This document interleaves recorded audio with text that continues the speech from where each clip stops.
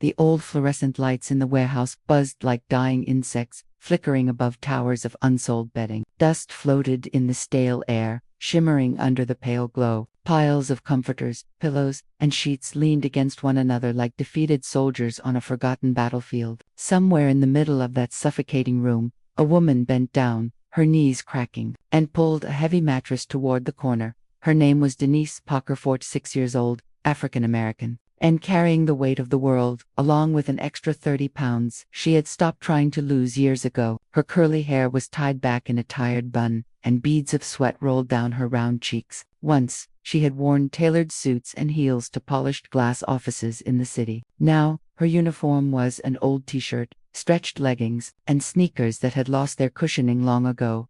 She was the president of a subsidiary no one cared about, a small branch company her parent corporation had shoved aside. Like unwanted baggage, the numbers had bled red for years. And when corporate headquarters wanted her out of sight, they had promoted her to this forgotten corner of the empire, a title without power, a throne without a kingdom, and a warehouse full of stock nobody wanted. Denise grunted, dragging the mattress into place. The effort made her back ache, but there was no one else to do it. Most of her staff had been laid off months ago. Those who remained treated every day like the last. It wasn't management anymore. It was survival. "Another damn shipment came in today," muttered one of the workers. A wiry man named Carl. His eyes he leaned against a stack of unsold comforters, shaking his head. "Where do they expect us to put this stuff? We're drowning in it." Denise forced a smile, though her chest tightened. "We'll figure it out." But she knew he was right. The warehouse was already choking with inventory. Sheets that smelled faintly of factory starch, comforters wrapped in plastic that crinkled like brittle paper, boxes stacked so high they kissed the trembling ceiling lamps. None of it was moving. None of it was selling. Every morning, Denise opened her email with dread. Every afternoon she signed delivery forms with hands that trembled slightly more each day. Every night she lay in bed staring at the ceiling, wondering when the corporate office would finally decide she had failed for good. And yet she kept coming. Denise's office was a cramped cubicle in the corner of the warehouse. The desk was littered with old memos, faded order sheets, and a coffee mug stained with years of use. She collapsed into her chair, the old cushion sighing under her weight. For a moment, she let her head fall into her hands. "I can't keep doing this," she thought. "It's over. The company's finished, and so am I. But then she lifted her gaze and looked out the small office window. The workers moved slowly through the aisles, stacking, sorting, muttering. The sight struck her like a blade of guilt. These weren't just numbers in a ledger. They were people who still came to work, even when hope had dried up. People who looked at her, their president for answers she didn't have. Her stomach knotted. Failure wasn't just her on it, would drag them all down with her. That evening, when the last of the workers left and the warehouse fell silent, Denise stayed behind. She walked through the maze of bedding like a ghost wandering ruins. The smell of fabric was suffocating. The silence was louder than any storm. She stopped at a pile of unsold comforters, ran her hand across the plastic covering, and closed her eyes. Memories flooded back. Her first day at the company, 15 years ago, bright-eyed and ambitious. The awards she had won, the praise she once received. And now this, exile, defeat. Tears stung her eyes. Then, out of nowhere, a spark. Her gaze landed on a shipment of novelty kits, blankets that had been discontinued years ago, bright patterns of stars and rockets, now hopelessly out of style. She tilted her head, frowning. Something clicked. "What if," she whispered. She ripped open one of the plastic wrappings, spread the blanket across the floor, and knelt down. Her fingers traced the fabric, soft yet durable. She imagined slicing, reshaping, repurposing. A crazy thought, but one that refused to let go. Her heart began to race. She had no designer's training, no official product development team, but she had desperation. And sometimes desperation was the mother of invention. She dragged a pair of scissors from her desk drawer and started cutting. Hours passed. By the time Denise looked up, the warehouse was cloaked in midnight shadows. On the floor lay something new, something that had once been a blanket but was now reborn into a crude prototype. She sat back, panting, her hands trembling, but her eyes shone for the first time in years. It was rough, ugly, even, but it was different. She imagined not just reselling the dead stock, but transforming it, turning these unwanted mountains into something no one expected, something that might actually sell. Her lips curled into a smile. The woman who had walked into the warehouse that morning had been defeated, hollowed out, ready to surrender, but the woman sitting on the floor, now sweat-soaked, exhausted, and staring at her creation, felt something dangerous stirring in her chest. Hope, end hope, Denise Parker knew, could be the beginning of a revolution. That night, as she locked up the warehouse and stepped into the cool darkness of the parking lot, Denise whispered to herself, "This isn't the end. Not yet. If I'm going down, I'm going down fighting." The flickering streetlight above her buzzed like the promise of a storm. And somewhere deep inside, she knew this was the first step toward a battle no one, not even her corporate overlords, saw coming. The following morning, Denise woke up sore in every joint. Her back screamed when she tried to sit up, and her fingers ached from hours of cutting and sewing fabric the night before. She stumbled into her bathroom, looked at herself in the mirror, and almost laughed. Her hair was a frizzy halo, her cheeks still streaked with dried sweat, and faint pillow marks etched across her face. But her eyes were alive. The tired dullness that had haunted them for years was gone. In its place burned something she had almost forgotten: determination. She brushed her teeth with unusual energy, pulled on her faded jeans, and hurried to the warehouse earlier than usual. The sun was just rising, the sky streaked with pale orange, when she unlocked the creaky side door and stepped inside. The warehouse was silent, rows of bedding stacked like silent witnesses to her secret. Her gaze fell instantly on the crude prototype lying on the office floor. It wasn't pretty. The stitching was uneven, the shape a little crooked, but it was hers, a transformation born out of desperation. She crouched beside it, running her hand over the fabric. "You might just save us," she whispered by the time the first workers trickled in. Denise had hidden the prototype under her desk. She wasn't ready to explain. Not yet. Carl, the wiry man with permanent exhaustion in his eyes, noticed her flushed face and raised an eyebrow. "You look different," he said. Denise smiled faintly. "Maybe I had a good dream," Carl snorted. "Wish I had one of those. All I dream about is bankruptcy." The words hit her like a slap, though she forced herself not to show it. Bankruptcy is, that was the reality. But maybe, just maybe, there was another path. All day, Denise wrestled with spreadsheets, emails, and yet another angry memo from headquarters demanding sales reports. She stared at the numbers until her vision blurred. Negative margins, zero growth, inventory piling higher than the rafters. But beneath the despair, the image of her prototype kept sparking in her mind like a tiny flame, refusing to die. By late afternoon, she couldn't take it anymore. She slipped away into the storage area, dragging out more unsold items: old comforters, children's bedding, even rejected throws that had faded in color. With a pair of dull scissors and a cheap sewing kit she'd bought years ago, she started cutting again. It wasn't graceful. Her fingers fumbled. Needles pricked her skin. The seams tore easily, but slowly, piece by piece, something began to take shape.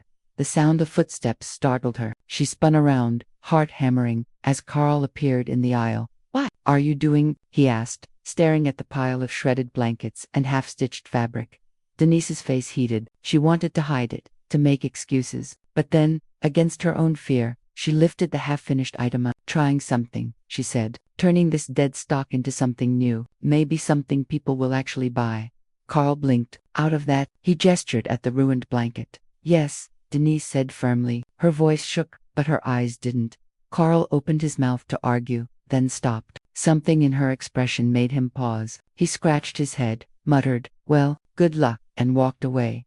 It wasn't encouragement, but it wasn't dismissal either. That night, Denise worked late again. She stitched until her eyes burned, cut until her hands were raw, and didn't notice time slipping away. At midnight, she sat back, exhausted, staring at 3 rough prototypes. They were far from perfect, but each one was proof. Transformation was possible. For the first time in years, she fell asleep at her desk with a faint smile on her lips. 2 days later, Denise decided to take a risk. She packed one of the prototypes, a convertible blanket that doubled as a wearable poncho, into a plain tote bag. Then she drove downtown to a small weekend market she remembered from years ago, a place where local crafters sold everything from hand-knit scarves to homemade jams. Her heart pounded as she walked through the crowded stalls. The smell of roasted nuts and coffee filled the air. Children tugged at their parents' hands, vendors shouted out deals, and the hum of chatter surrounded her like a storm. She felt ridiculous. What was she doing here, lugging around a clumsy creation like some desperate amateur? She almost turned back, but then she spotted a group of teenagers browsing a stall of quirky tote bags, laughing and pointing at the odd designs. Something about their energy gave her courage. Denise stepped aside, pulled the prototype from her tote, and unfolded it. She slipped it over her shoulders, transforming it from blanket to poncho. The fabric draped clumsily, but it was warm, colorful, and if nothing else different. A woman nearby glanced at her, then another. Finally, a young man walked over. "Hey," he said, pointing. "That's kinda cool. Where'd you get it?" Denise froze. Her mouth went dry. "I made it." She, STAMMERED. The man raised his eyebrows. "Really? You selling those?" The question hit her like a lightning bolt. Her mind screamed, "Say yes." But her lips stumbled. "Not yet," she admitted. "But maybe soon." He shrugged, grinned, and walked away. But the seed had been planted. Someone had noticed. Someone had cared. The ride back to the warehouse felt different. Denise rolled down the window, letting the cool air whip across her face. For the first time in months, she wasn't thinking about failure. She was thinking about possibility. But reality struck the next morning when she opened her inbox. Another corporate memo, another demand for impossible numbers, another warning that her branch was on the verge of shutdown. Her hands trembled. The old despair tried to creep back in. "They'll never believe me," she thought. "They don't care about experiments. They want results." She almost deleted the prototype files, almost threw the crude creations into the trash. But then she remembered the young man at the market, his curious smile, his question, "You selling those?" Her jaw tightened. No, she wasn't giving up, not this time. That evening, as the sun bled red across the sky, Denise gathered her tiny remaining team. Carl, 2 part-time workers, and an elderly warehouse clerk sat around a dusty folding table. "I need you to hear me out," she began. Her voice shook, but she forced herself to continue. "We've been buried under inventory for years, corporates ready to shut us down. But last week, I tried something different." She pulled out the prototype and laid it on the table. The room fell silent. The workers stared at it, puzzled. "It's rough," Denise admitted, "but it's proof that we can turn what's useless into something new, something people might actually want. I wore this to the market downtown, and people noticed. They asked if I was selling it." Carl crossed his arms. "So, you want us to be a sewing club now?" A ripple of laughter broke out. Denise flushed, but she didn't back down. "No," she said sharply. "I want us to be survivors. We can't wait for headquarters to save us. They won't. But if we reimagine what we already have, we might just claw our way back. I know it sounds crazy, but crazy might be our only chance." Silence followed. For a moment, she thought they would all dismiss her. Then the elderly clerk, Mrs. Henson, leaned forward, her wrinkled hands brushing the fabric. "My mother used to sew like this," she murmured. "You've got something here. It just needs refining." Carl sighed. "Well, hell, if we're going down, might as well go down swinging." And just like that, the tiniest spark of a team formed. That night, Denise felt a shift in her chest. It wasn't just her anymore. For the first time in years, she wasn't fighting alone. As she drove home, under the pale glow of the streetlights, she whispered to herself, "This is how it begins." Her pulse quickened. She didn't know what lay ahead: failure, ridicule, maybe even disaster. But somewhere deep inside, she felt it. The revolution had started. The warehouse buzzed with a strange kind of energy the next morning. Not the sluggish shuffle of defeated workers, but something new and ease, tentative, like a spark dancing across dry wood. Denise walked in with a box of old sewing supplies she had scavenged from her garage, her heart pounding with both excitement and fear. Carl stood by the door, sipping his usual cheap coffee, eyes narrowing as he spotted her. "So it wasn't just a one-night experiment, huh?" "No," Denise said, pushing the box onto the breakroom table with a grunt. "It's a start." Inside were tangled spools of thread, a battered sewing machine that groaned when plugged in, fabric scissors dulled from years of neglect, and a pincushion shaped like a tomato. Primitive tools for what she imagined, but it was all they had. Mrs. Henson, the elderly clerk with silver hair tied neatly in a bun, reached into the box with delicate hands. She lifted the sewing machine, brushing the dust away. "This old thing still runs." "It does," Denise said with a shrug. "Barely." Henson smiled faintly. "Then it's enough." That day marked the beginning of their secret project. After finishing their regular warehouse duties, stacking shipments no one wanted, processing forms no one would read, the small team gathered at the folding table. Rolls of unwanted fabric were dragged out, spread across the surface. and slowly cut into pieces. The first attempts were clumsy. Carl tried stitching but nearly sewed his own sleeve to the blanket. One of the part-time workers, a college kid named Rosa, accidentally reversed the thread tension so badly that the machine snarled into knots. Denise bit her lip, frustration gnawing at her patience. Every crooked seam felt like confirmation of failure. But then Mrs. Henson took over. Her fingers, though wrinkled and stiff, moved with surprising confidence. The rhythm of the needle calmed the group, and slowly, the chaos began to form patterns. "This is how it's done," Henson said softly, "one stitch at a time." Denise watched, a lump forming in her throat. The old woman reminded her of her grandmother, stubborn, refusing to let scraps go to waste. By the end of the day, they had produced 3 new prototypes: one wearable poncho, one foldable floor mat for kids, and one oversized tote bag made from quilted bedding fabric. They were rough, uneven, and far from polished, but they were real. That night, Denise carried the prototypes home. She laid them out across her small living room, pacing back and forth.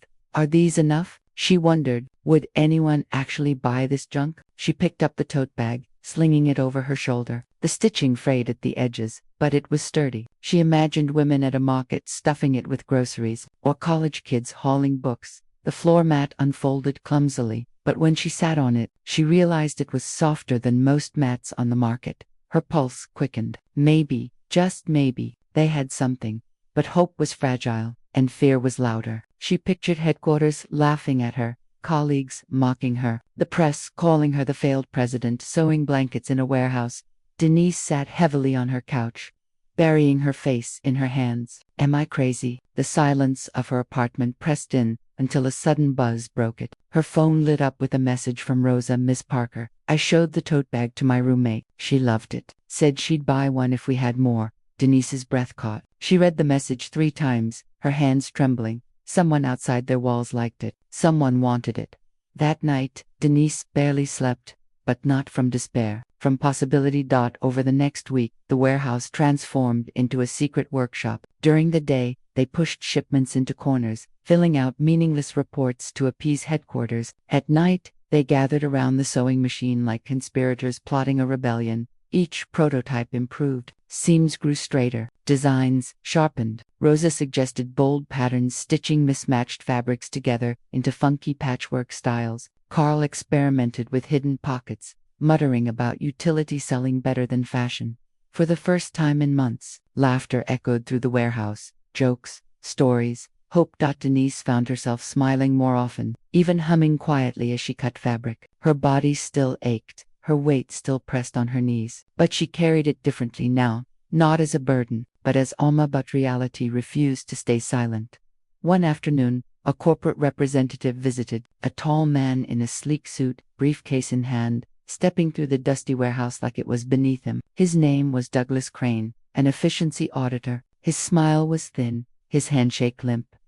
"Miss Parker," he said coolly, "headquarters asked me to review your performance before the next quarterly report." Denise's heart thudded. She led him through the aisles, showing him the endless stock. He jotted notes, eyes scanning like a predator. "Sales are flatlining," he remarked. "Inventory waste is unacceptable. Honestly, Miss Parker, I'm not sure why this branch hasn't been shuttered already." His words cut deeper than he realized. Denise clenched her fists, fighting the urge to shout. Instead, she forced a brittle smile. Working on solutions. Crane's gaze lingered on the sewing station tucked in the corner. The machine, the scraps, the half-finished prototypes. His brow furrowed. "What is this?" Denise's pulse spiked. She moved quickly, stepping in front of the table. "Just staff hobbies, nothing official." He studied her for a long moment, then smirked faintly. "Well, if you think sewing blankets will save this branch, I wish you luck." The sarcasm burned. Denise bit her tongue until he finally left. When the door closed behind him, she sank into a chair, chest heaving. "They're going to shut us down," she whispered. Carl muttered, "Then we'd better move faster." That weekend, Denise took the boldest risk yet. She packed their best prototypes into her car and returned to the downtown market. This time, she wasn't just testing reactions, she was selling. She set up a tiny table at the edge of the stalls, heart racing. A cardboard sign read, "Reborn Goods, handmade from upcycled fabrics." For the first hour, no one stopped. People glanced, frowned at the clumsy sign, and walked past. Denise's confidence wavered. Then a young mother with 2 kids approached. She picked up the foldable mat, spread it on the ground, and let her children sit. Her eyes widened. "This is actually brilliant," she said. "How much?" Denise stammered. "Oh, $20. The woman handed her cash on the spot. Denise's breath caught. She had just made her first sale. Word spread slowly. A college student bought a tote bag, laughing about how retro cool it looked. An elderly man bought the poncho, saying it reminded him of handmade garments from his childhood. By the end of the day, Denise had sold 7 items, not a fortune but proof. Proof that strangers, real customers, valued what they created. She drove back to the warehouse at sunset, tears streaming down her cheeks. She clutched the crumpled bills in her hand, whispering over and over, "We can do this. We can." That night, she gathered the team. She spread the cash across the folding table, her voice trembling with emotion. "This isn't much," she said, "but it's real. People bought what we made, not out of pity, because they wanted it."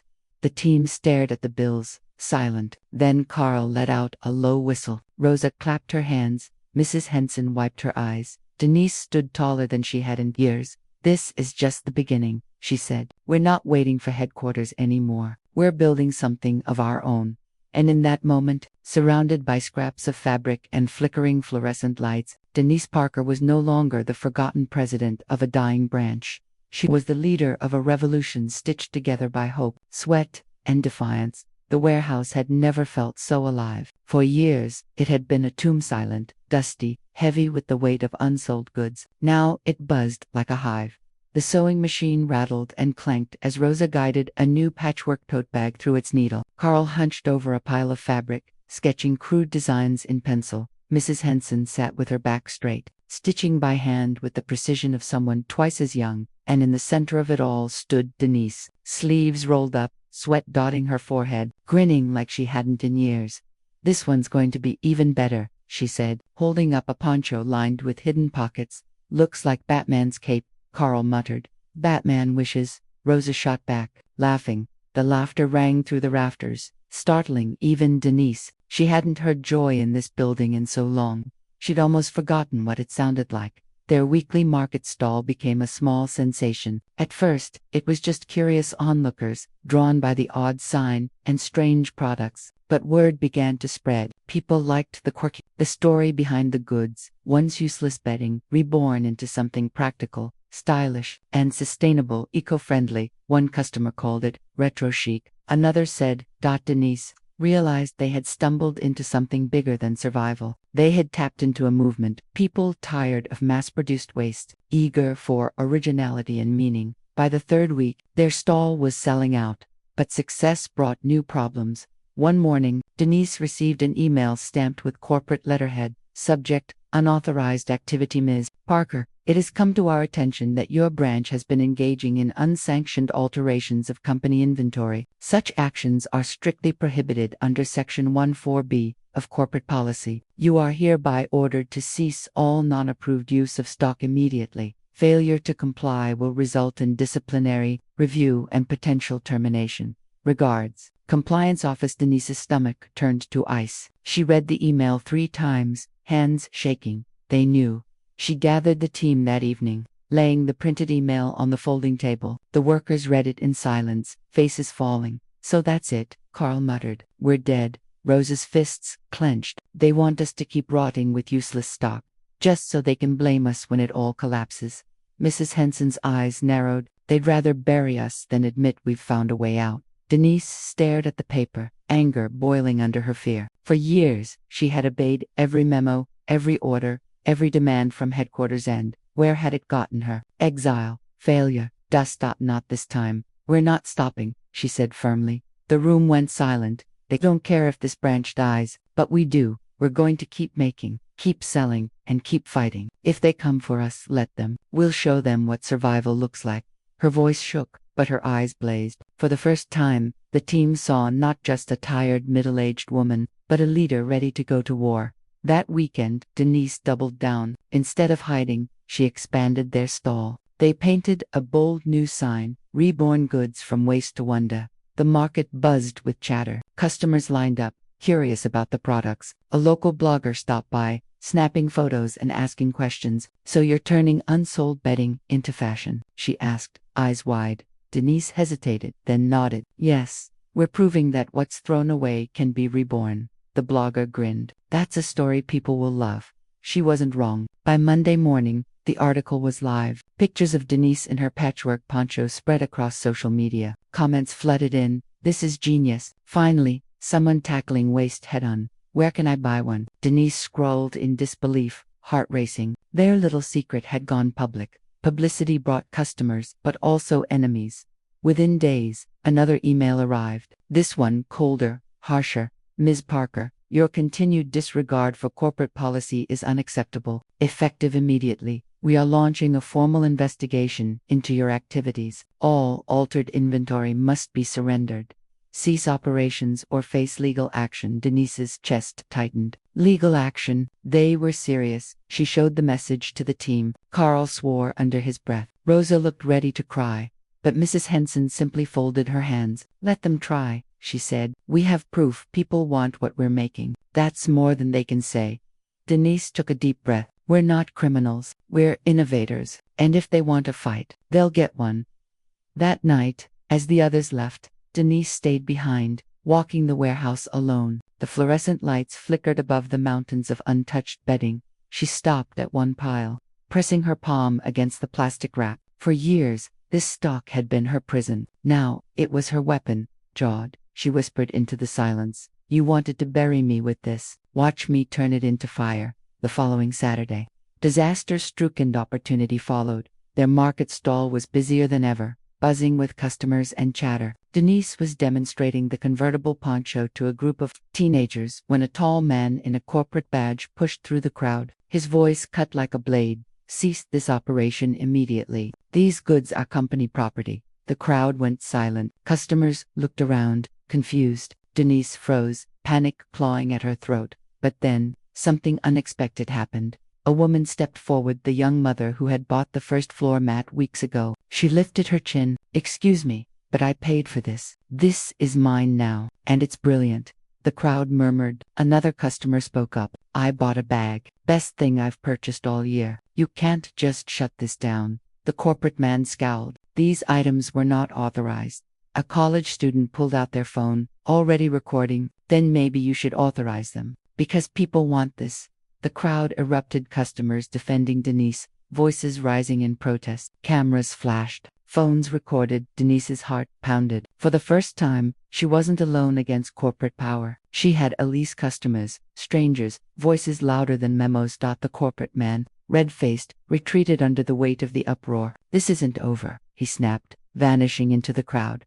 But Denise knew, in that moment, they had won a battle. That evening, back in the warehouse, the team sat around the folding table in stunned silence. The crumpled bills from the day's sales lay piled between them. "We're not just selling bags and ponchos anymore," Rosa whispered. "We're building a movement." Carl nodded slowly. "And the company's scared. That means we're onto something real." Denise leaned back, exhaustion and exhilaration warring inside her. She thought of the crowd, the voices rising in her defense, the cameras capturing every second the world had noticed. And there was no going back. The Monday after the confrontation at the market, Denise arrived at the warehouse to find Rosa waiting outside, bouncing on her heels. "You've seen it, right?" Rosa gasped. "Seen what?" Denise asked, fumbling with the keys. Rosa shoved her phone forward. On the screen was a video, shaky, filmed by a customer at the market. It showed the corporate man storming in, the crowd pushing back, and Denise standing frozen at the center. The caption read, "Local woman stands up to corporate bully with upcycled goods." It already had 200,000 views. Denise's jaw dropped. By midday, the video had spread across multiple platforms. Headlines popped up. "The Warehouse Revolution, Turning Waste into Fashion. Corporate Clash at Local Market Goes Viral. Is Denise Parker the face of sustainable reinvention?" Denise stared at her laptop in disbelief. For years she had lived in obscurity, buried under corporate neglect. Now strangers across the country knew her name. The warehouse phone rang off the hook. Journalists called, bloggers emailed, influencers asked for interviews. Even local TV wanted to film a segment. Carl muttered, "Well, Boff, looks like you're famous." Denise swallowed hard. I didn't ask for fame. I just wanted to survive. Mrs. Henson gave her a knowing look. Sometimes survival makes the best stories. The media attention brought opportunity. A boutique store downtown reached out, offering to stock a limited run of reborn goods. A popular eco-friendly blog wrote a glowing feature, praising the products as a rebellion against waste culture. Orders began trickling in through email requests, far more than their tiny team could handle. Excitement filled the air. Rosa danced around the warehouse, shouting, "We're legit, we're actually legit." But the joy was mixed with dread, because, with every article, every video, every customer singing their praises, corporate pressure mounted. One evening, Denise received a call from headquarters. The number alone made her stomach drop. She answered cautiously. "Miss Parker," a cold voice said. It was Douglas Crane, the efficiency auditor. "You've created quite the storm." Denise gripped the phone tighter. "We're proving there's demand for what we're making." "Demand," Crane sneered, "for mutilated inventory and unauthorized side projects. You're a liability. Headquarters is preparing termination papers as we speak." Her chest constricted. "You can't." "Oh, but we can," Crane interrupted. "You've embarrassed the company. You've exposed us to legal risks. You think a viral video protects you. This isn't a popularity contest, Miss Parker. This is business." The line went dead. Denise stared at the phone, heart hammering. Fear clawed at her, but beneath it, anger burned hotter. "They want to erase me, but the world has already seen me." The next week was chaos. Reporters showed up at the market stall, microphones shoved toward Denise as cameras flashed. Customers lined up, eager to buy before stock ran out. At the warehouse, the team worked day and night. Fabric scraps littered the floor. The sewing machine whined nonstop. Rosa brewed endless pots of coffee. Carl swore under his breath as he tried to cut straighter lines, and Mrs. Henson guided them all with steady hands. "We can't keep up," Carl groaned one night, rubbing his eyes. "This demand is insane. We're just 4 people and one busted machine." Denise felt the same exhaustion gnawing at her bones. Her knees ached, her back screamed, and her fingers were raw from stitching. But every order, every dollar, every thank you note from customers felt like fuel. "This is bigger than us now," she whispered. "We can't stop." But success carried a new weight. One morning, Denise walked into the warehouse and froze. On the front gate hung a massive banner. "Stop theft, return company property." Corporate had struck back publicly, branding her and her team as thieves. A sick dread spread through her chest. Workers from other branches called, warning that headquarters was using her as a cautionary tale. Rumors swirled of lawsuits, criminal charges, even police involvement. That night, Denise couldn't sleep. She lay awake, staring at the ceiling, her chest heavy. What if they're right? What if I'm just stealing? What if this ruins everyone, not just me? Her phone buzzed. A message from an unknown number. "Don't stop. We believe in you. You're showing us there's another way." Attached was a photo. A group of college students holding up homemade signs that read, "Reborn Goods Forever." Denise's eyes filled with tears. She whispered to herself, "This isn't theft. This is revolution." The turning point came when a national morning show called They wanted Denise live on air, telling her story. The team argued about it for hours. Carl thought it was a trap. Rosa insisted it was the chance of a lifetime. Mrs. Henson simply said, "The world already sees you. Hiding won't change that." Denise stared at the invitation for a long time. Fear screamed at her to decline. But deep down, she knew this was the moment. She agreed. The studio lights were blinding. Denise sat stiffly in a chair, makeup caked on her face, microphones clipped to her shirt. Across from her sat two hosts, polished and smiling. Today, one began. "We have with us Denise Parker, the woman whose upcycled creations sparked both praise and controversy. Denise, tell us, how did this all begin?" Her mouth went dry. Cameras pointed from every angle. Millions of viewers were watching. For a heartbeat, she wanted to run. But then she remembered the warehouse, the laughter of her team, the customers at the market, the students holding signs. She straightened her shoulders. "It began with failure," she said firmly. "I was buried under a warehouse of unsold stock. The company wrote me off, expected me to sink. But I realized what they saw as waste could be reborn, and we proved people want it." The hosts nodded, leaning in. "But corporate accuses you of theft." Denise's voice didn't waver. It isn't theft to give value to what was abandoned. It isn't theft to survive. It's innovation. It's hope. And if that scares them, then maybe it should. The words hung in the studio air like a challenge. When the segment aired, the response was explosive. Social media erupted with support. Hashtags trended. Hashtag reborn goods. Hashtag Denise Parker. Hashtag waste revolution. Orders surged. Donations poured in from strangers who wanted to support the cause.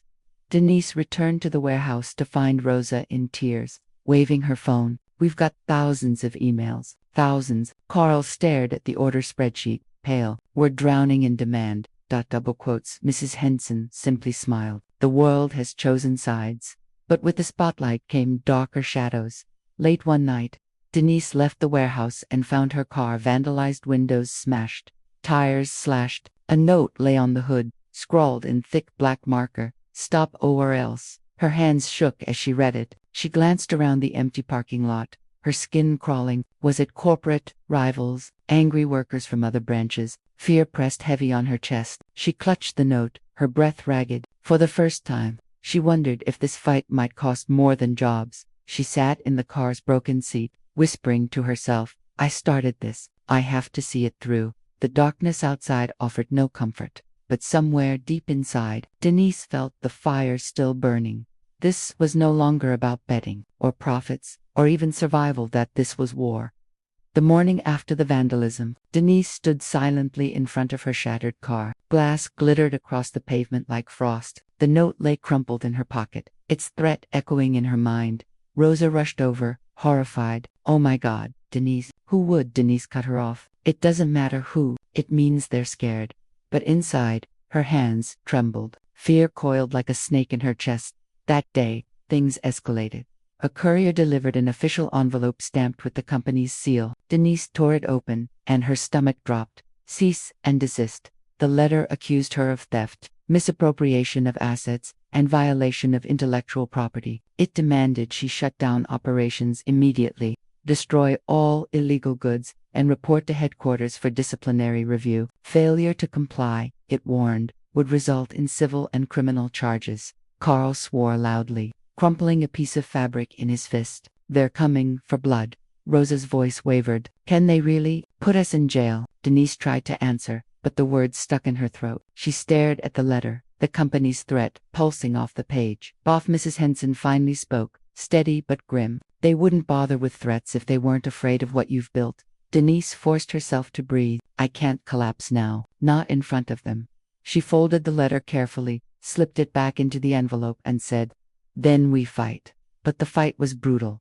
Corporate lawyers launched a smear campaign. Articles appeared online accusing Denise of fraud, painting her as a manipulative opportunist exploiting waste for personal gain. Anonymous comments flooded social media. She's just a thief in a dress, probably lying about everything for sympathy. Wouldn't trust her with a dime. Some customers canceled orders. A boutique store withdrew their partnership, afraid of legal backlash. The momentum Denise had built began to crack. At the warehouse, the atmosphere grew tense. Carl snapped easily. Rosa cried often. Even Mrs. Henson seemed wary. One night, Carl slammed down his scissors. We're killing ourselves for this. And for what? To end up in jail. To be ruined. Maybe Crane's right. Maybe it's hopeless. Denise's chest tightened. She wanted to scream back, but she saw the exhaustion etched into Carl's face, the same exhaustion she felt in her bones. Instead, she whispered, I can't make you stay, but I can't stop. Not now. Silence hung heavy. Things worsened when the police showed up. 2 officers arrived at the warehouse, warrant in hand. They combed through the shelves, photographing everything, bagging samples as evidence. Customers waiting outside scattered in fear. Rosa clung to Denise's arm, panicked. They're shutting us down. Denise's face burned with humiliation as neighbors peeked from their windows, whispering. She wanted to vanish. But as the officers left, one of them, young, quiet, paused. He glanced at the colorful tote bag Rosa had sewn and said softly, My girlfriend bought one of these. She loves it. Don't give up. The words hit Denise like a spark in the dark. Still, the pressure mounted. The warehouse received bomb threats, anonymous calls, snarling that the place would burn down like trash. Denise stopped sleeping at home, choosing to stay at the warehouse with Rosa for safety. Her body ached constantly. Her skin broke out in rashes from stress. Sometimes, when she stared at the stacks of fabric, she saw not possibility but suffocation. Maybe they'll win. Maybe I'm not strong enough. But then she'd remember the students holding signs, the market customers smiling with pride, the young officers' quiet encouragement, and she'd force herself up again. The breaking point came during a live town hall organized by the city council.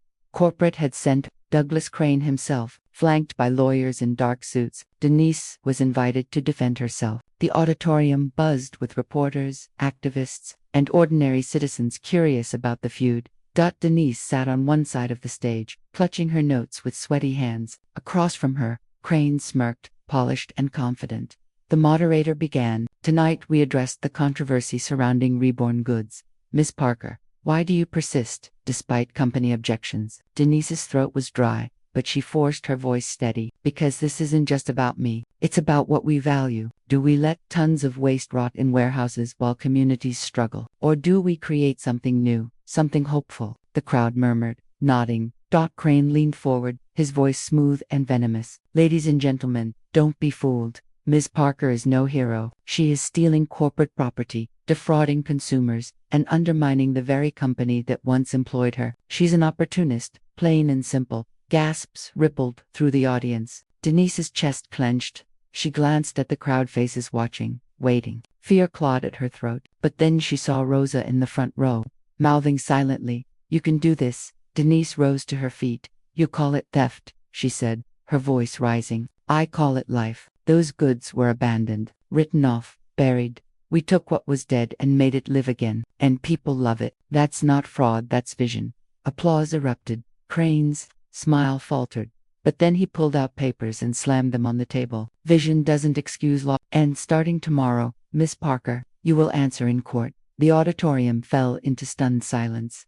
That night, back at the warehouse, Denise collapsed into a chair. The weight was crushing. Court meant lawyers, fees, months of battle she couldn't afford. Rosa knelt beside her. "What if we lose?" Denise stared at the dusty ceiling beams, her heart heavy. "Then, I'll take the fall. But I won't regret fighting."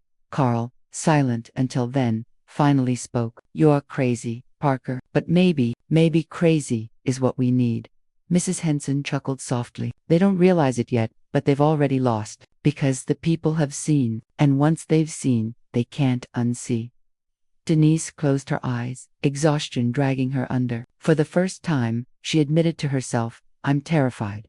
But beneath the fear, the fire still burned. The war was moving to the courtroom, and she wasn't backing down. The courthouse steps were swarmed with cameras. Reporters jostled for space, shouting questions as Denise and her small team approached. Rosa clung to Denise's arm, pale and trembling. Carl walked stiffly behind them, while Mrs. Henson, cane in hand, moved with quiet dignity. "Denise, do you have a defense? Are you guilty of theft? Is this the end of reborn goods?" The questions crashed against Denise like waves. She forced herself not to flinch, not to answer. Every camera lens felt like a bullet aimed at her chest. Inside, the courtroom was packed. On one side sat Denise and her pro bono lawyer, a young woman named Camille, barely out of law school but burning with conviction. On the other side sat Douglas Crane, flanked by a wall of corporate attorneys in tailored suits. The judge entered, stern and unsmiling. Case 1123, Parker versus Crane Manufacturing. Denise's pulse thundered in her ears. This is it, either survival or ruin. The prosecution moved quickly. Crane's lawyers paraded documents across the courtroom: inventory sheets, property clauses, photographs of reborn goods, products side by side with corporate stock. "This is not innovation," one attorney barked. "This is misappropriation. Ms. Parker took company assets without authorization, altered them, and sold them for personal profit. That is theft, clear and simple." Whispers rippled through the crowd. Camille rose to respond, her voice calm but firm. "These goods were written off as waste, trash, abandoned with no intention of resale. Ms. Parker salvaged them, not to steal, but to transform, to create value where none existed." Crane smirked. "So trash becomes treasure, and suddenly, she's a saint." "No, she's a thief, dressing up garbage in ribbon and calling it art." Laughter erupted from the corporate side. Denise clenched her fists under the table, nails digging into her palms. Witnesses were called. A former warehouse worker testified that Denise had indeed taken goods without permission. Another claimed she was reckless, encouraging others to break rules. Each accusation felt like a dagger twisting deeper. Rosa whispered frantically, "They're destroying us." But then Camille called their own witnesses.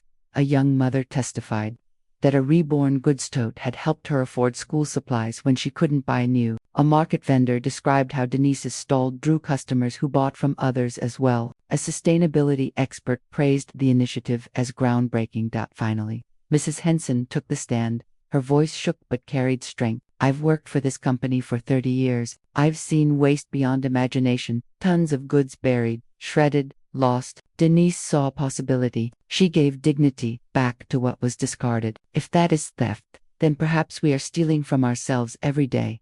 The courtroom fell silent. Even the judge leaned forward, thoughtful. But the tide quickly turned again. Crane himself took the stand, smooth and venomous.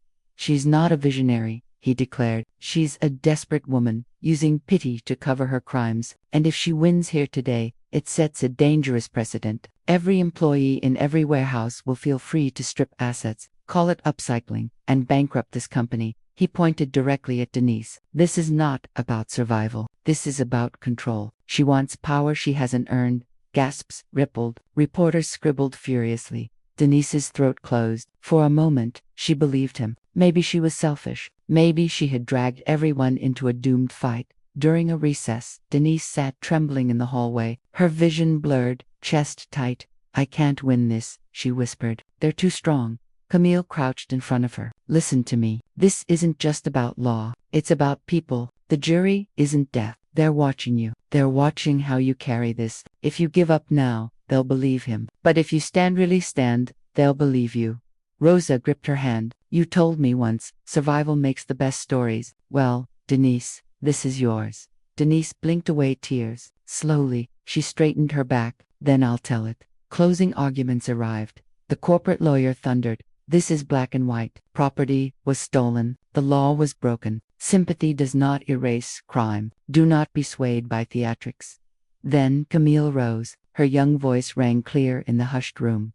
"This is not black and white. This is about what we choose to value. A company discarded these goods. Denise rebirthed them. She didn't steal from them. She gave to us. She gave hope to a community drowning in waste. And you must ask yourselves, is survival a crime? Is vision illegal? Or is this what progress looks like?" Her words echoed. Even Denise felt GOOSEBUMPS.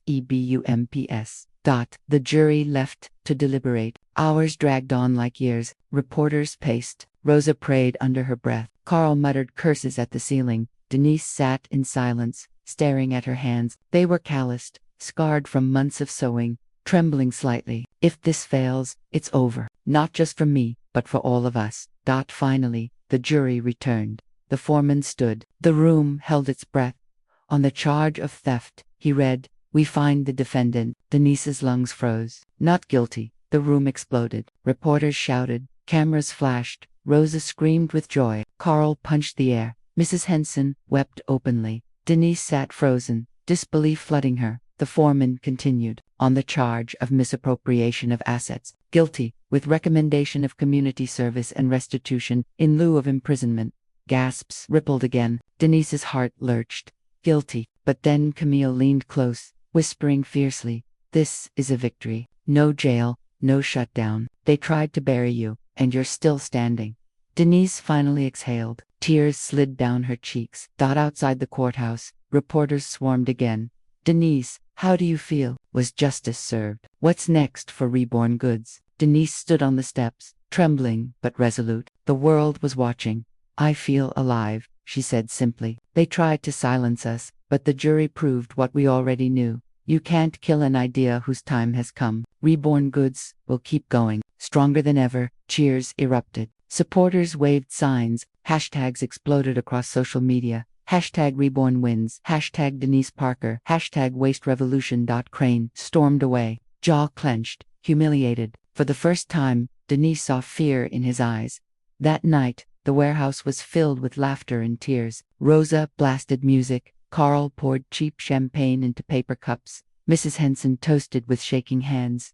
To Denise, Rosa cried. To survival. To rebirth. Denise whispered, raising her cup. But even as they celebrated, Denise knew this was not the end. The company had lost in court, but they hadn't surrendered. She could feel it, like thunder on the horizon. Still, for tonight, she let herself breathe. She let herself believe. The weeks after the trial felt surreal. Orders poured in faster than ever. Donations from strangers across the country filled their inbox. Influencers praised Denise as a pioneer. Eco-groups hailed her as the face of a movement. The warehouse, once a graveyard of abandoned goods, now pulsed with life machines humming, laughter echoing, BOFTA shipping out daily. For the first time in years, Denise allowed herself to dream. This isn't just survival anymore, Rosa said one night, balancing on a stool as she stacked finished tote bags. This is a revolution. Carl smirked. A broke revolution. We've got demand we can't even fill. Mrs. Henson chuckled. That's a good problem to have. But Denise felt the weight behind their words. The little warehouse was drowning. The world wanted more than they could give. And she knew the company wouldn't stay quiet forever. Her fears were confirmed when an email arrived from headquarters. Not from Crane this time, but from the CEO herself. Ms. Parker, despite our differences, your efforts have attracted significant attention. We propose a partnership. Let's discuss acquisition terms. Reborn Goods could be scaled globally with our backing. Denise, read the message over and over. Partnership, acquisition, scale, globally. It sounded like a dream. Across the country, turning waste into fashion, millions of items were born. But deep down, her gut twisted. They don't want to help us, she whispered to Rosa. They want to own us. Rosa's eyes widened. But think about it, Denise. Bigger factories, real funding, jobs for hundreds of people. Isn't this what we wanted? Carl snorted. Yeah, until they shoved Denise out and slapped their logo on everything. Then it's just business as usual. Mrs. Henson sighed. Sometimes the devil wears a friendly smile. The debate tore through the team. Rosa argued passionately for the partnership. This is our chance to change the world at scale. Carl was firmly against. They'll crush us from the inside. Mrs. Henson remained cautious, but leaned toward independence. Denise sat in silence, the weight of their voices pressing down on her. I never asked to be a leader, but now the choice is mine. That night, she wandered alone through the dark warehouse. She touched the fabric stacks, remembering the hopeless nights spent among them. She touched the sewing machine, scarred from overuse. She touched the first tote bag they ever sold, hanging proudly on the wall. If I sell out, do I betray everything we built? But if I don't, will we collapse under demand we can't handle? Days later, the CEO herself came to the warehouse. She was tall, impeccably dressed, her presence filling the space. Crane trailed behind her, his smirk tight with resentment. Miss Parker, the CEO said smoothly, extending a manicured hand, you've done something remarkable here. But let's be honest, this scale of operation is unsustainable. You need us, and we want you. Together, we can change the industry.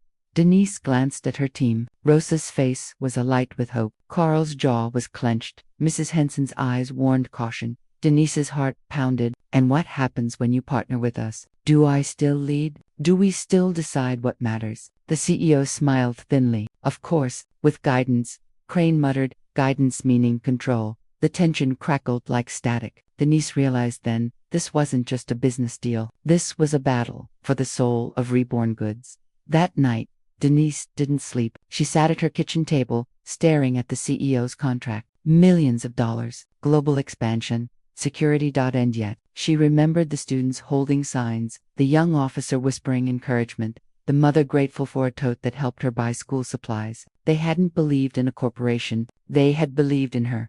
Tears blurred her vision. She whispered to herself, if I give this away, what was it all for? The next morning, Denise called a press conference. Reporters flocked to the warehouse, cameras flashing, microphones thrust forward. She stood before them, her team at her side. Her voice shook at first, but then grew stronger.